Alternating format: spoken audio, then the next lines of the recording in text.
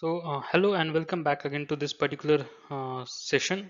Okay, so here we are going to see diagnostic trouble code DTC, and it is a very important in the vehicle diagnostic. So first of all, we should understand what is a DTC.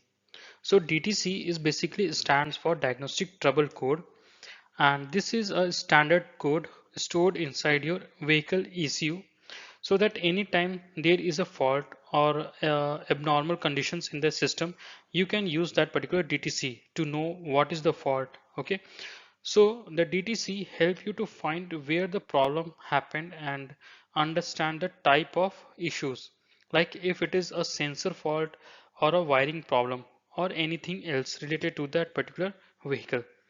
So DTC is generated whenever any monitored signal goes out of its normal condition, like out of its normal correct range.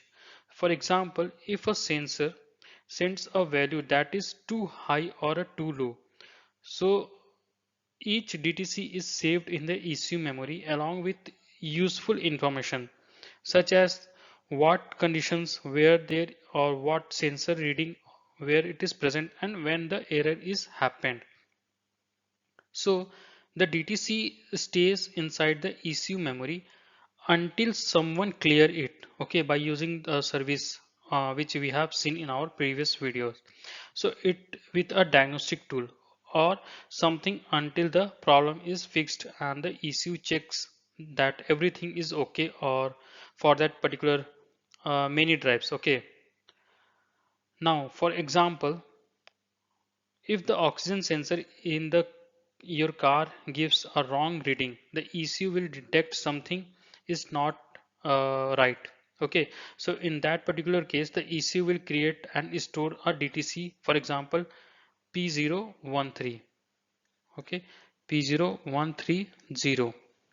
So this code means it is related to the O2 sensor